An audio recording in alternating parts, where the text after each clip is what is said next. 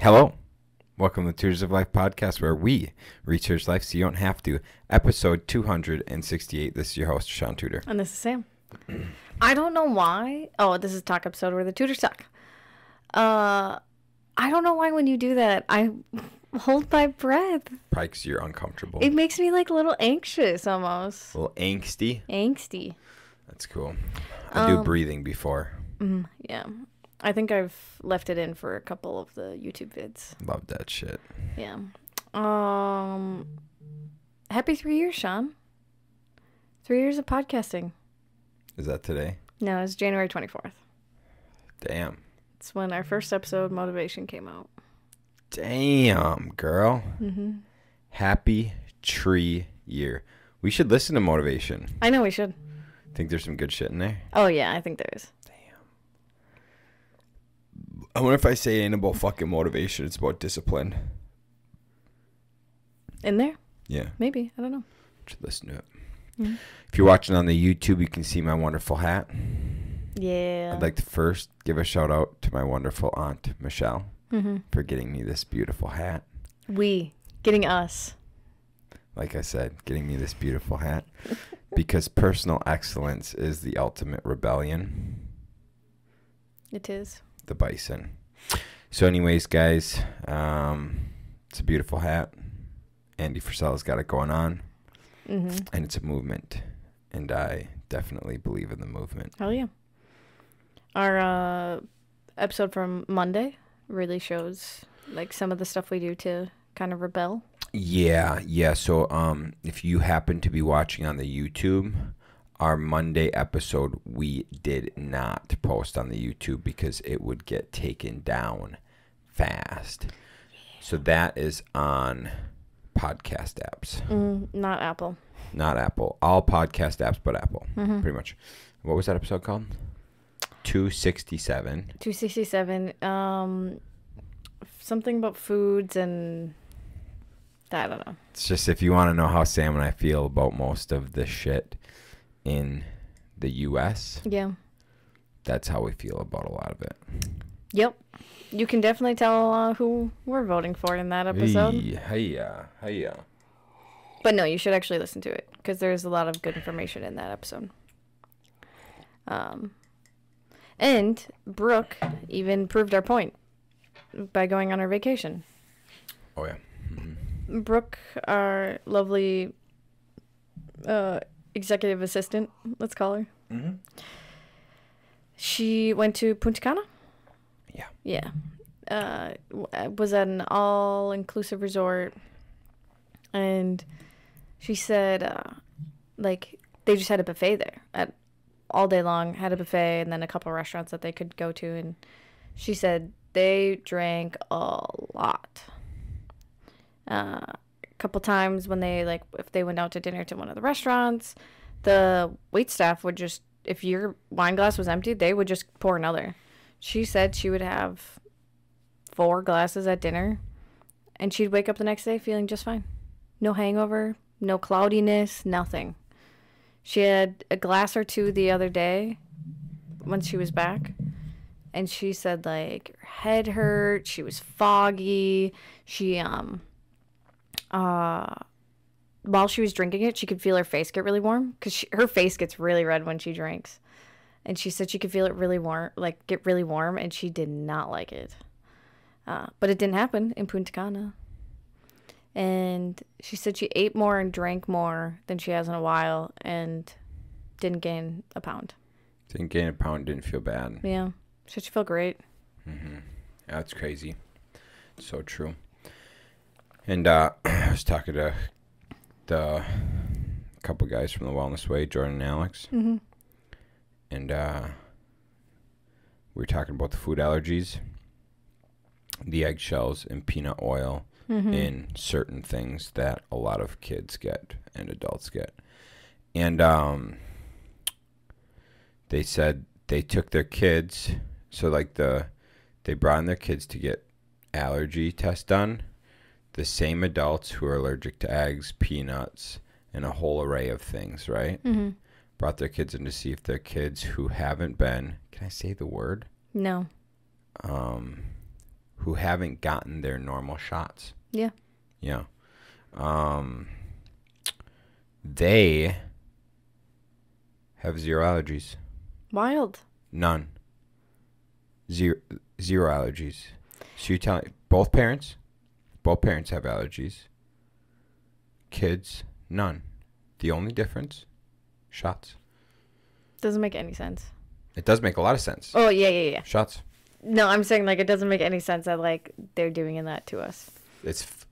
They want to fucking kill the population, make them sick, make them weak. Well, and that's something Shaun and I have discussed. Like, so Shaun has a peanut allergy, and Egg. it is way stronger in eggs than me. God damn it, this pissed me off. But I don't have a peanut allergy, and my egg is at a 1, and Shaun's is at like a 3, I think. And so I haven't gotten any since, well, Shaun and I made a bad life choice early on when we didn't know better. So I got the HPV one, but that was very early in our relationship, 6 years ago. Yeah.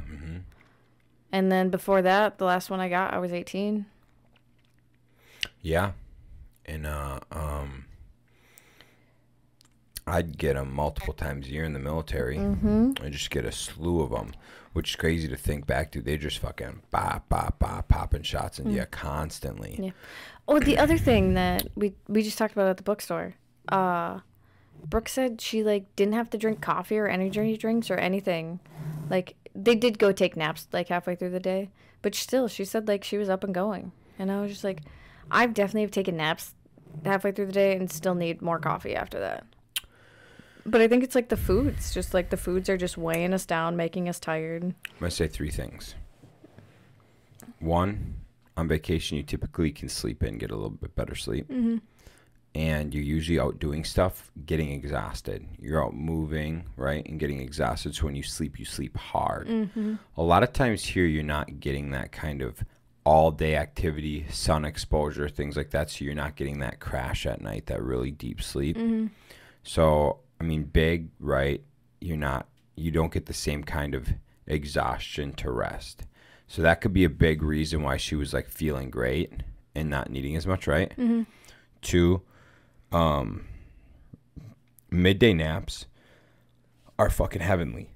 For some people. I do them. I don't do them much anymore. I can't. But when I do them, dude, I lay down 15 to 20 minutes, bap, done, great. Time to rock and roll. Yeah. I've always been like it. I've been able to do it my whole life. Since I was a kid, power naps. Kyle and my dad would always like from drive from Ashland to our house, bam, take a nap, wake up to Kyle fucking with me right when we get to the house. Bam. That's all I need. 10 minute, 15 minute recharge. Do you have anything else on that? There was one more thing I was going to say. The third thing is the food's a lot better. Yeah. The energy source is way better. So that's the 3 things that I would say. So the funny Australians, Tony and John,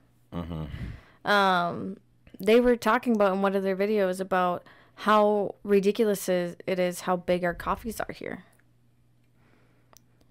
And so that's what made me think, like, our foods must be tiring us and, like, poisoning us and, like, wearing us down, which is why we need such big coffees. Yes. And more coffees, more shit you can put in it.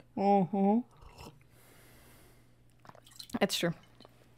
Anyways, enough about that. You had to listen to that whole episode on Monday, so we can talk about other things. The last thing I'll say on it is Stan Efferding talks about it. Because if you guys, I started off in the health realm, getting Stan Efferding's vertical diet, which I follow at about 90%. His vertical diet, he said, when you come off of everything and you have like a clean, organic diet, you're getting 8+ hours of sleep a night, you hit your daily naps, and you're drinking water, you don't even need coffee. We convince ourselves we need coffee. Or through like our poor habits, we need coffee. But he says, like, you don't need it. Like, you feel more energized and you drink that coffee and it actually makes you less energized. So the article I sent you today, we can read it later, but it was a study that showed when individuals drank coffee, the blood flow to their brain went down by 40%. Oh, wow. This is what I'm going to preface it with, though. Studies and peer-reviewed essays and shit, I listened to a doctor describe them. What happens is they will run a study, and so somebody will run a study, and they won't get the full data of everything. They just get a summary of that data from the company. So if they run it on like some sort of medication, they run a big study, they don't get everything. They only get a summary of it. So the first person that does that study writes it on a summary. Okay. Do you know? Then peer-reviewed means everything that's peer-reviewed is not written off that summary. It's written off the writing of the individual that wrote off that summary. So that's what peer reviews are.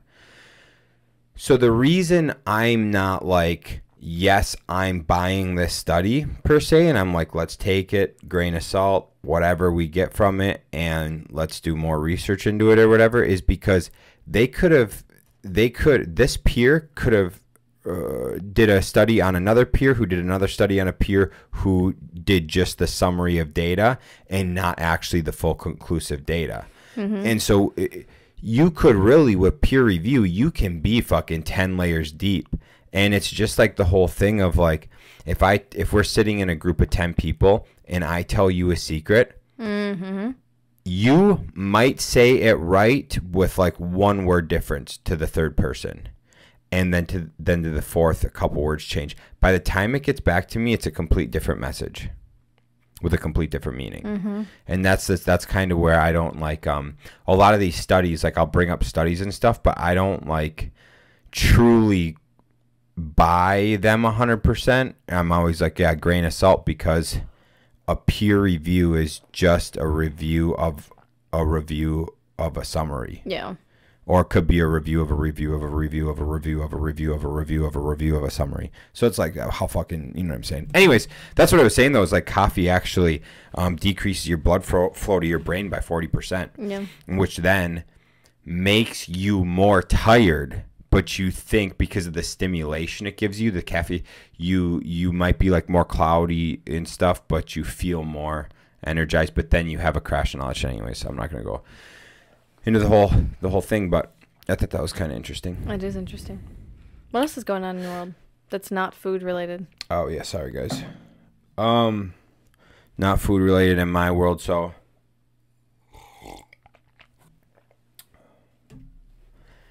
just been working on the business. Yeah. Doing stuff with that, so talking with the team. Friday went over with the team how to improve our processes, how to run job sites better, how to schedule better for the week, what our SOPs are, standard operating procedures for certain things. How do we do trim? How do we lay tile? How do we do floor? How do we set cabs? Like, what are we doing? Who's lacking where in skill sets? Who's got better skill sets? Okay, let's start training them over, getting everybody up to the same skill set, things like that, right? And so we're just going over how to make ourselves a lot better team and to learn from the people that have the knowledge. Yeah. Right? Because, excuse me, those people aren't going to be around forever. Right.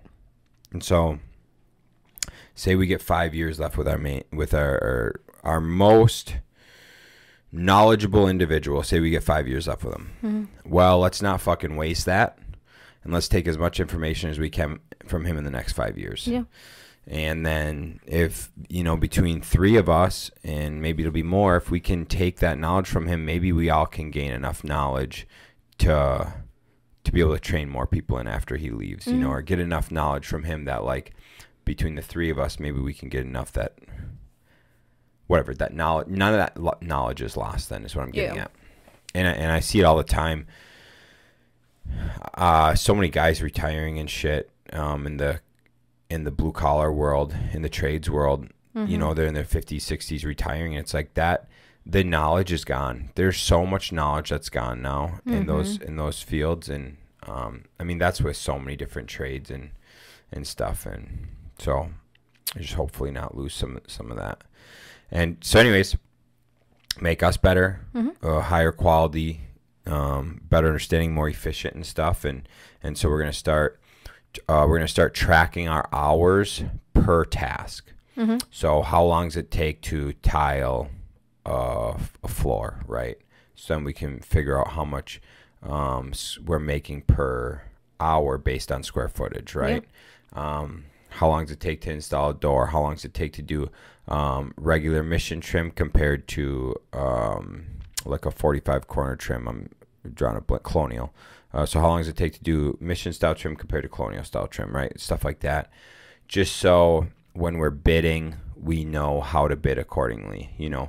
So when customers are like, oh, hey, I really like the look of colonial, I'm like, yeah, no worries, but it's 2 or 3 times the price in labor, because it takes, it really does take like 2 to 3 times as long. You know, it takes like 3 times as long to do colonial compared to mission. So it's like, yeah, we can definitely do that, but here's going to be the price difference or whatever, you know? And, so that was just kind of the stuff we're talking about. That's fun. Stuff we're going over, and it's just good to. I am on the belief 100%, and I have been forever, that I'm dumb, and that if you have done something more than me, I am full open to listening to you. I do not care, period. You could be wrong, and I'll figure it out. But chances are, if you've done it more than me, you know more than me, period. Yeah. And so, and I've always been fine with that. Anybody who's willing to talk to me that can give me any insight in how the world operates, I'm all ears, because I've got zero issue with continual development, continual learning, all to drive the mission, all to provide a better product, a better service, to help the customers get what they want and need. I think, you know, at the end of the day, that's what it is. It's all about, we've talked about this, you and I. We do the podcast. Literally, we do the podcast to help people. I do Wisco RIA and donate all my time to help people. I do recon to help people. Like, it's all just to serve and help. And so anything that we can do by learning from other people to help more is all I'm trying to do. Yeah. I mean, that's like, and we've talked about, we want our like rehab, remodel, like process to be as pain-free as possible. And this latest one, Ryan and Eva's, we've learned a lot, and there's a lot of things now that we want to put in place to make it easier for everyone in the future. I mean, this was a beast of a project to take on, and it was very, like, it had to be very quick because there was lots of deadlines coming up. So it was, we didn't have a whole lot of time to, like, prep before we had to start working on it. Right. Well, and the whole process needs to go quick too, right? Once we're on job, we're like, before all we did was flips typically, right? Or little short projects. And so to take a full scope project, there's a lot of moving parts that we can't just like, because on flips, this is how it usually goes. We got 2-3 flips going at a time and little filler small jobs. Okay. And so it's like, drywallers took an extra week. Oh, well, we'll just keep working on another flip. Oh, painters, whatever, this, okay, no, not a big deal, right? And so we would just like, everything was kind of like lackluster of like, oh, if this happens, it's not a big deal because we're here, whatever. But it's like, oh, drywallers are taking an extra week. You can't take an extra week. We have this exactly planned out, boom, boom, boom, boom, boom. And so like, okay, that happened. So we ended up putting in a different little job to fill in for the week to get it done. Had to push that job back 1 full week. And then it was coming together at a meeting with drywallers afterwards. Hey, you know, we like what went wrong, and we all know what went wrong. Discuss it. What are we going to do in the future? This. Okay. It's solved. It's fixed. This will never happen again. Nope. Perfect. Great. Because no matter who you do it with, you're going to have growing pains. Yeah. And it's the same thing when we hired the Mexican crew to do the siding and roof. Utter shit show. If we worked with them again, it'd be better. Yep. If we worked with them the 10th time, way better. It'd be great. And so it's the same thing with all our subs. It's just working with them, figuring out what we learn, how are we going to fix it for next time. There's always going to be shit that comes up, but if we could bring that down to a 5% fuck up instead of a 20% fuck up. Yeah. So it's just been stuff like that as we're doing it, we're learning, like, without having everything picked out ahead of time. We don't know exactly, like, what stuff's going to be. So then it's just, there's been a lot of things that we've been, like, it's been on our side of not, like, telling the customer, like, hey, we need bop, bop, bop, bop, bop, bop, bop, bop, bop, bop, bop, in order to do this. Yeah. And instead it was just like, we'll do it as we do it. And it comes up, and then it's like, oh, shit. Well, that's where then we run into issues. Yeah. And, like, run into issues and things slow down. Yeah. Yeah, so we have lots of, I have a long list of plans that I'm going to be working on to make things a lot smoother, faster, more efficient, and fun stuff. Yeah. Yeah, so it's good. That's kind of been what we've been talking about. And then did we go over budgeting stuff? I don't think so. Yeah, so then we just broke down the budget of, like, what our rate is, our hourly rate, and how many billable hours we need a week to cover all operating expenses, and to cover and to have, like, a buffer for profit and growth. Yeah. So we now know and showed it to the team, like, this is our rate. This is how many billable hours we need to have a week. And we need to do that so that we can, so we can operate, everyone gets paid, we can market, we can grow, all that stuff.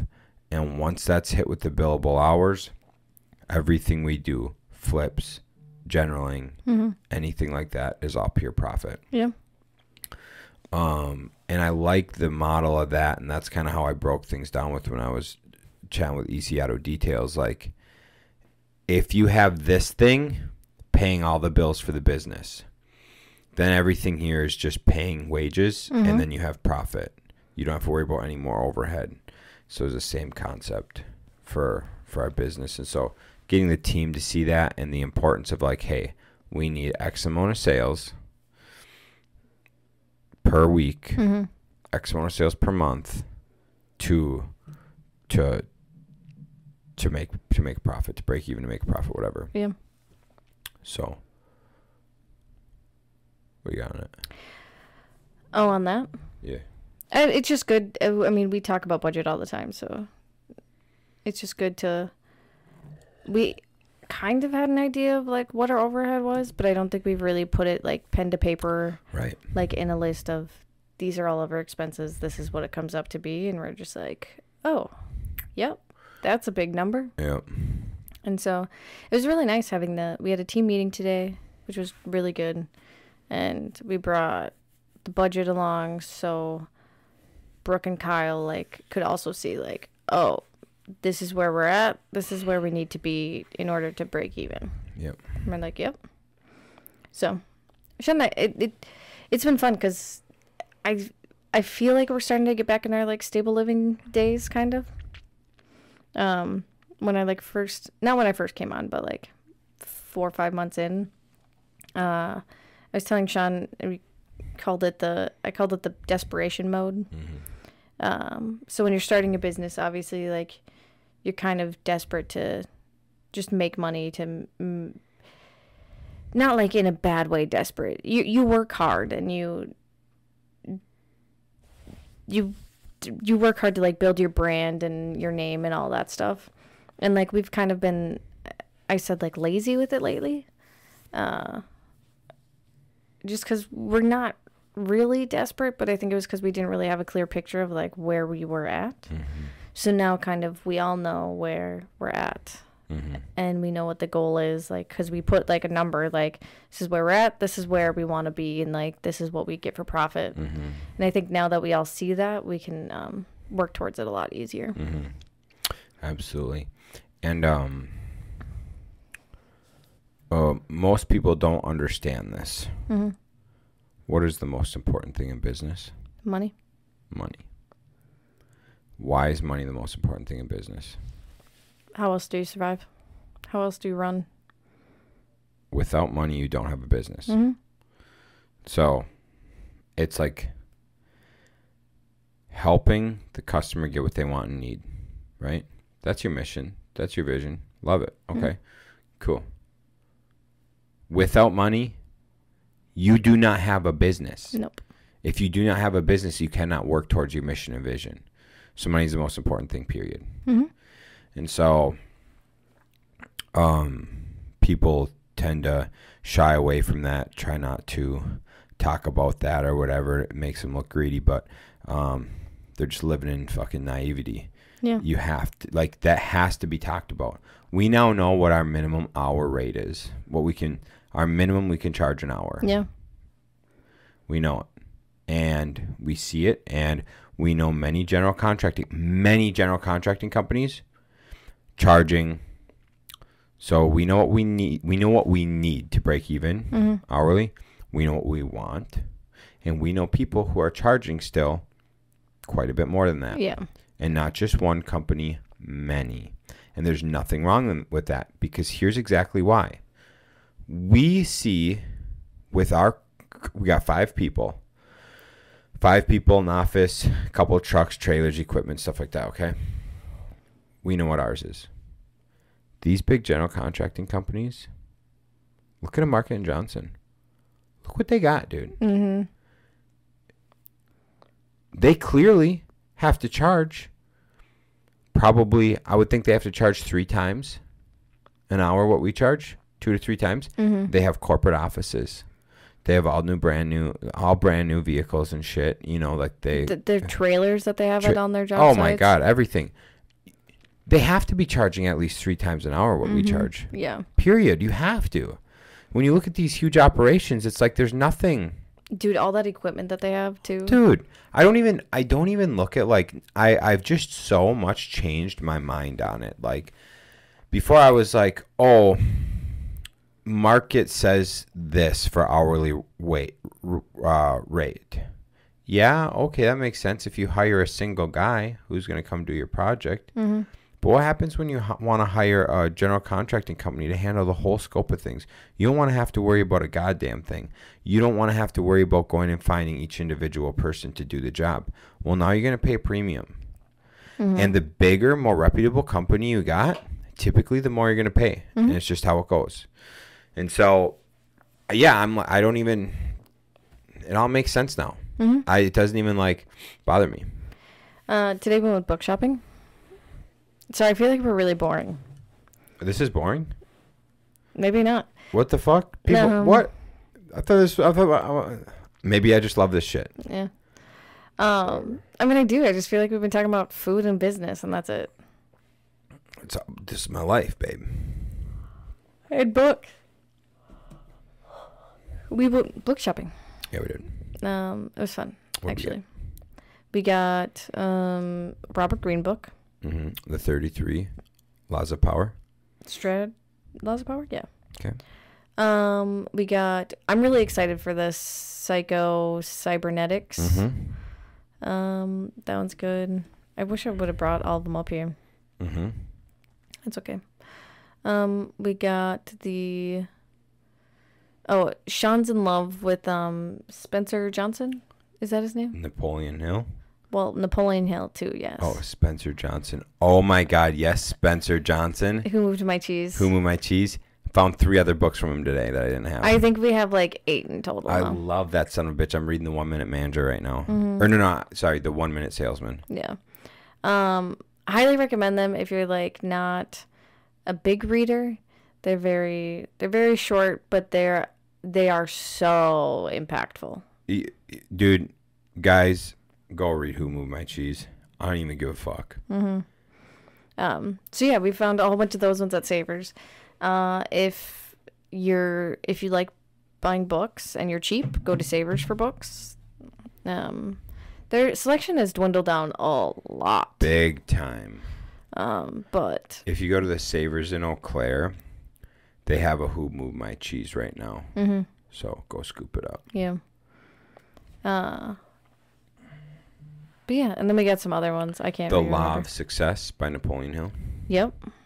Mm-hmm. We didn't get the Blue Ocean. We got the Yellow Book. Hospitality, Unreasonable Hospitality. Yeah, that one I think is going to be really good. Yeah, really good. Especially like right now with where the business is. Mm-hmm. I think that's going to be very important for us. Yeah, I think it'll be a really good book. Mm-hmm. So yeah, we've been giving Brooke some books to read. Uh-huh. She keeps telling. It's been really entertaining because she's just like, "Oh, I need what book do you want me to read next, you guys?" And we're just like, "We'll bring it to you. Just tell us." Does she have one? Do we give her another one or no? Yeah, because she didn't finish the Rookie. the other one yet. So we gave her, I don't remember, but we gave her something.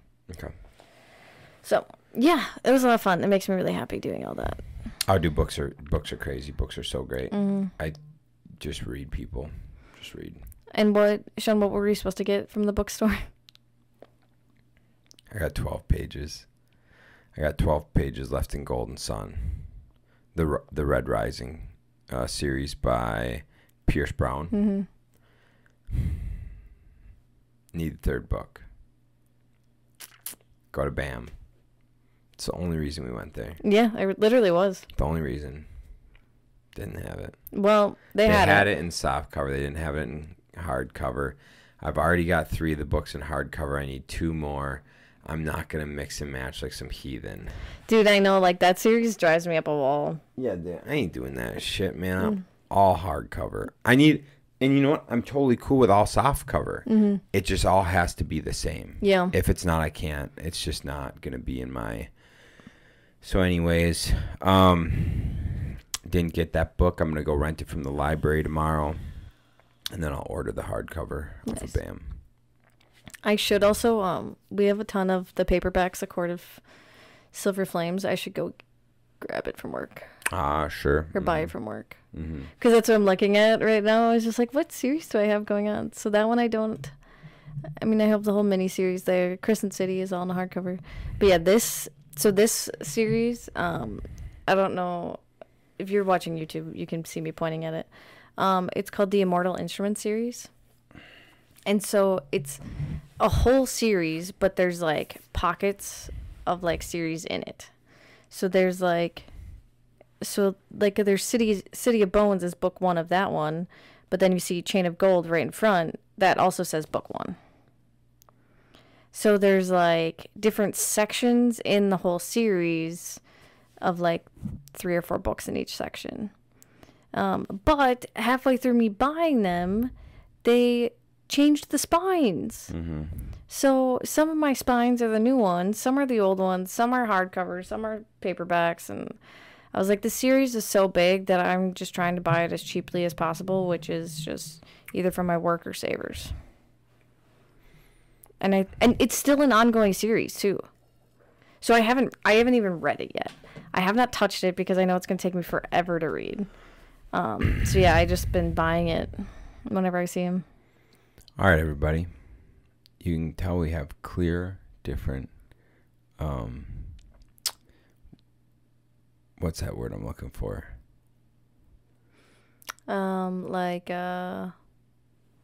Personalities? Clear, different, preferences? No. Like things we like. Yeah, like preferences? Sure, whatever. Or tastes? Tastes? Sure. There's a certain fancy word I can't think of. It's not even a fancy word. It's just my brain's dumb. Yeah. My brain can be dumb, I guess, whatever. So what's our differences right now? Oh, I just like business, food, and then you go on just a tangent of talking about. I'm just talking about books. I love it. I love it. Also, I love just pointing out new things when I put them in the background because it just makes me so happy. And I'm going to be very sad when we move to the office and this background's going to be gone. If you look behind Shaun's left shoulder, we now have the complete hardcover series of Harry Potter. We were missing the fifth one, and I finally got the fifth one. That's over my right shoulder. Right shoulder. Yeah. And then Lupin's Patronus is also a newest edition. We could just keep this podcast set up here, like how it is right now. And then we could just also have a podcast set up at the office. We could. We're adults. You know what I'm saying? Why not? Yeah. It just costs money. Oh. But like a lot more? I suppose because we already have the computer, so I would just need to bring the hard drive with. It's about $100 per arm and $100 some per microphone. It's not that big of a deal. No, I do want to bring one of these shelves to the office, though, just to decorate my office. Or I could just get a new one and just... Yeah. All right, we're moving on from that shit. Gonna get a new truck. Yeah, that's exciting. It's not gonna be new. It's gonna be used. Yeah. But I just decided... I know what makes most sense for the business, and I just have to do what's right for the business and not what I want. Mm-hmm. But you're selling the truck? So I'm getting rid of the big diesel. Just going to get a 2500 gasser. So what's a 2500? Is that a... 3/4 ton. Okay. And that'll pull the trailers just fine? Oh, yeah. Okay. So just going to do that because I don't need a big fucking gas. I don't need a big diesel just fucking romping around everywhere. So if you want a big old fucking diesel... just buy mine. Because I'm just going to drive a 2500 daily. And that's just going to be what I do. You just sound so depressed talking about it. Just going to fucking put on my work hat. All that matters is work for the next few years. Just do what's needed. You don't want to talk about what we talked about before the show? Baby making? Yeah. So gross. Oh, you want to talk about that? Not really, no. You want to talk about throwing some baby batter? You're the one that just said it's just going to be work for 5 years. Said 10 main years. Focus is work for the next 3 years. Okay, got it. That's my main focus. What's yours? Systems. Processes. Ah. Loving Mimi. Oh, okay. Yeah. You don't even believe any of that. That will be part of your... Yeah. That'll be part of your life. Dude, making a bomb ass outside of this house. Oh, garden and shit? Yeah. Gardening, the flower gardens out front. I do kind of want to venture into trying to make a really dope ass fire pit. Just sounds like a fun skill to try and learn. Yeah, oh yeah, I could see it for sure. Yeah. Dude, I might put some herbs in some of my flower planters. Yeah, that'd be cool. It'd be really cool. Yeah. Why not, right? Yeah. Well, fucking rabbits and shit eat it, though? I don't think so. Okay. Also, I mean, we got the terror, so... Yeah, that's true. They don't usually come into our yard too much. Oh, my God, guys. I just need to say this. So we had all the acorns. Yeah. And you guys can't see, but around Shaun's right shoulder, there you go, I said the right one. I brought a couple of my plants inside, and I try to keep them inside for as long as I can until some of them die, some of them, actually most keep going. There's a couple that did not make it yet already. But anyways, so I brought them in.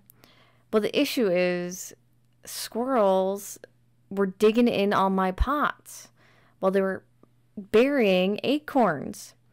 I'm still pulling out acorn trees that are growing out of my pots. Dang. At least like 2-3 times a week, I am pulling out acorn or oak trees that are trying to grow out of my pots. Damn. Dude, I've probably pulled out, no joke, at least 50 to 60 growing acorns out of all my pots. That's fucked. Dude, insane. Dumb. And I, like, tried to, like, before I brought them in, like, I dug around, like, a good top of the inch of all the soil to get all the acorns out. I don't know how they buried them so deep. Interesting. Damn. Insanity. So, yeah, that's my update in that realm. And then your other focus would be trying, like, taking care of kids. Not next year. Not next year. Wait, maybe towards the end of next year.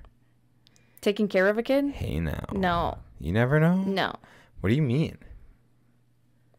At the end? Oh, end of next year. Yeah. God, that sounds way too close. Do you remember being like 16 and you're just like, I'll have kids in 10 years.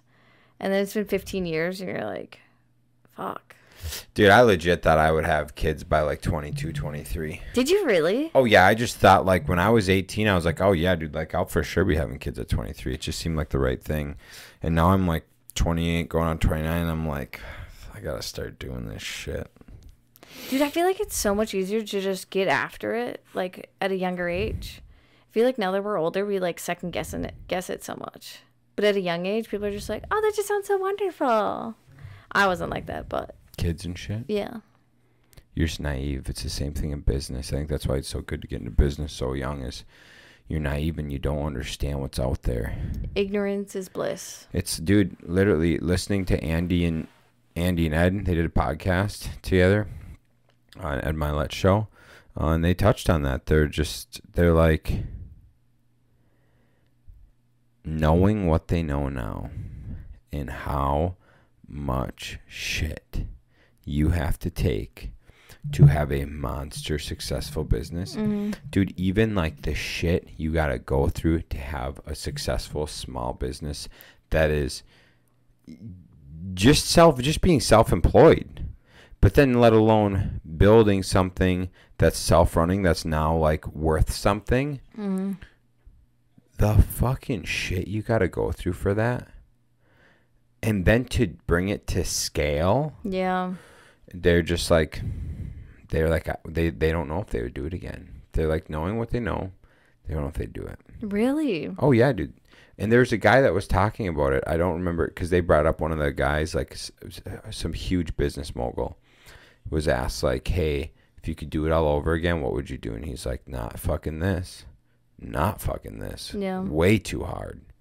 And he's like, way too much stress and shit and all that. And it's so true, dude. I look at like what we didn't know at 21. Mm-hmm. Just dove into that bitch, made it all happen.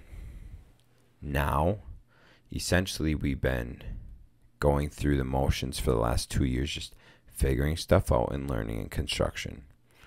And now is like the point where it's like, shit or get off the pot. Mm-hmm.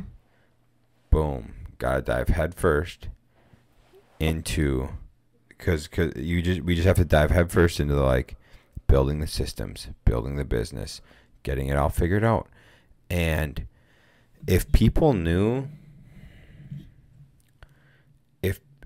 the average person doesn't understand. Mm-hmm. When we were having dinner the other night, this was a few weeks ago or whatever, and I brought up how, like, you know, after I lose $100,000, yeah, after I lose $100,000, I learn a pretty good lesson, and you know, I've done that more than a few times now.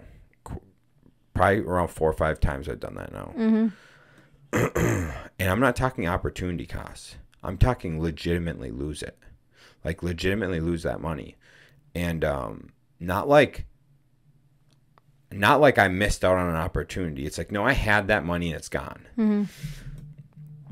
And just when I said, like, oh, yeah, you know, you're losing $100,000, you learn a lot. You know, sitting at the dinner table, and a couple people looked like, what do you mean lose $100,000? It's like, yeah, it's fucking life. It's like most people don't understand the business, like don't understand the fact of like all the shit you put in, all the driving you do, all the chances and risks you take, where you lose doing things and trying new things and all this, losing more than people make in a couple years at a go, at a kick, you know? And it's just the fact of like, when we were naive about it, to like bring this full circle, when we were naive about it, you just did it. You had no idea. Now knowing, like now going through that whole process and starting over and doing it now, I look at it and I look at this number that it costs to operate every month. And I'm like, really fast, if we don't fucking kick it into gear and get real serious, that can take everything we have fast in a matter of a year. If we fuck off in a matter of a year, it's done. And so knowing that, I totally understand the appeal. I'm gonna just go get a fucking job and make $80,000 a year. Yeah. You know, like, I understand it. You've got all this free time. Stress. What do you mean? I've already dealt with a whole lot of fucking stress. 40 hours a week making $80,000 a year. What do you mean stress? It ain't existing. Time?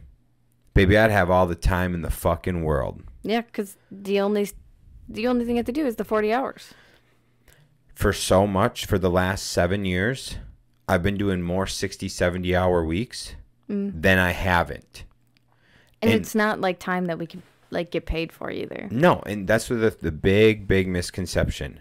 No, I am not doing 60, 70 hours on like in the business, on the work, like on the job. No, I'm doing 60, 70 hours of thinking, reading, talking with people on different ways of doing things, coaching groups, masterminds, like just like work, how to personally develop, how to get better, everything. More weeks than not, 60 to 70 hours, maybe more, over the last fucking 7 years. Yeah. So fucking time, baby. All the time in the world. So anyways, I'm this small fry, extremely small, just getting started in business again. So these dudes that got 500 employees in-house, they're sitting there having an interview, or having a chat. I fully understand why they say, if I feel that way at this level, I fully understand them feeling that way at their level. Oh, yeah. But so, oh, good. What kind of company does Ed own? Financial services. Okay. But so that all just ties back into like the naivety of starting out in anything. Like when you're young, 20 years old, have a kid, you're naive. You don't know anything. Yeah. You haven't experienced much life at all. You haven't seen very many people experience life with them. Yeah. Just do it. When you start a business that young, you don't know. Met a kid last night, Sheldon, owns Renegade Diesel. And I was like, oh, how'd that all go about? He's like, oh, when I was 19 years old, I was just working on trucks to pay my way through school to get an engineering degree. And he's like, then I said, fuck school, and went full time into that. And now he's got a fucking pretty well-known diesel shop, 7 employees or something like that. He was naive at 19. Yeah. He just started this thing, and next thing you know, boom. And so there's something about the innocence in life that really allows you to do so much more. And that's why I don't love social media. Yeah.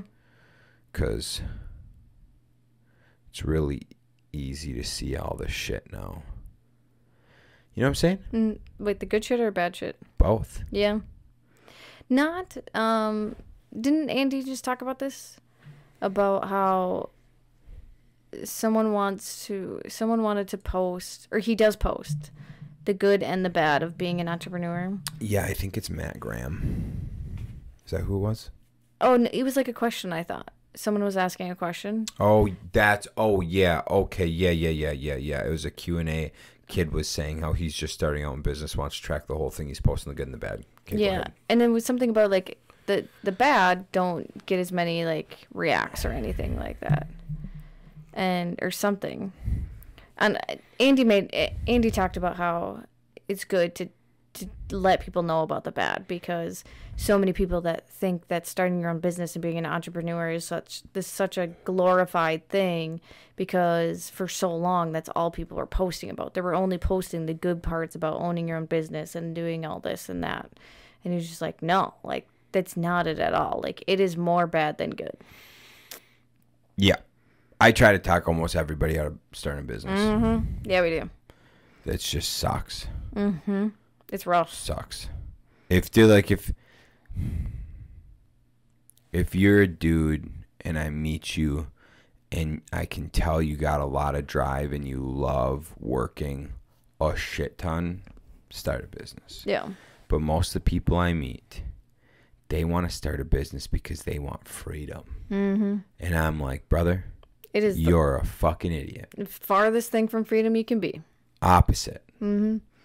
And, Shaun and I can't go anywhere without thinking about business, doing something business related. I can't even go to a fucking dinner without thinking about it.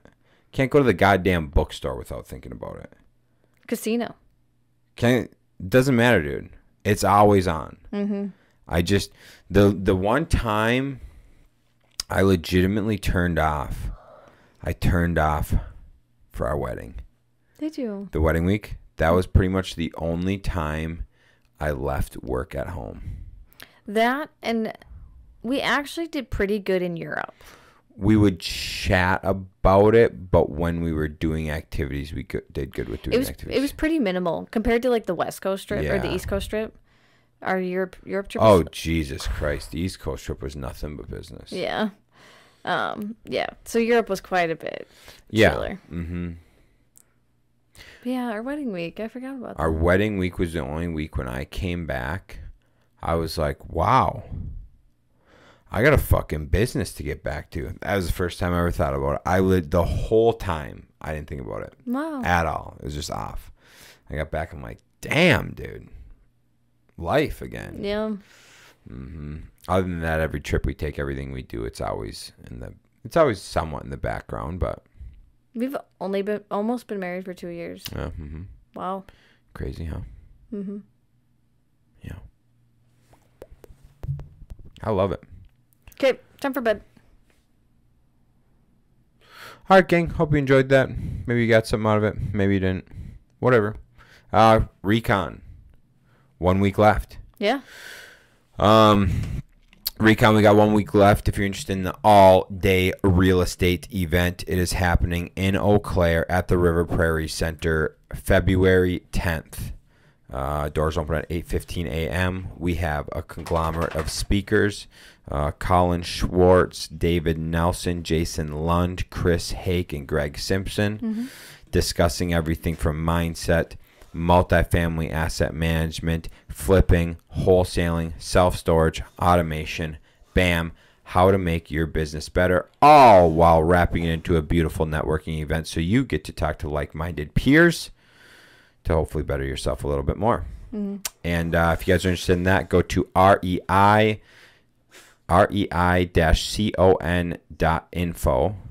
and hit us up for a promo code. Yeah, message us for a promo code. You please register for the event before you get there. Otherwise, it is going to be a shit show if you fucking shit show. Try to do it there. Yeah. So, yeah, go on to rei-con.info, and on there will be event sign-up tab at the top, and that'll bring you to the link. Dope. Yeah, because do we have any way to take credit card there? No, they would have to, like, go on to the Eventbrite page to buy a ticket. check it out, guys. Please fucking sign up ahead of time. That'll make life a lot easier. Otherwise, you're just going to do the same exact thing with us standing there walking you through the process. Yep. All right, gang. Hopefully we see you there. See ya. Bye.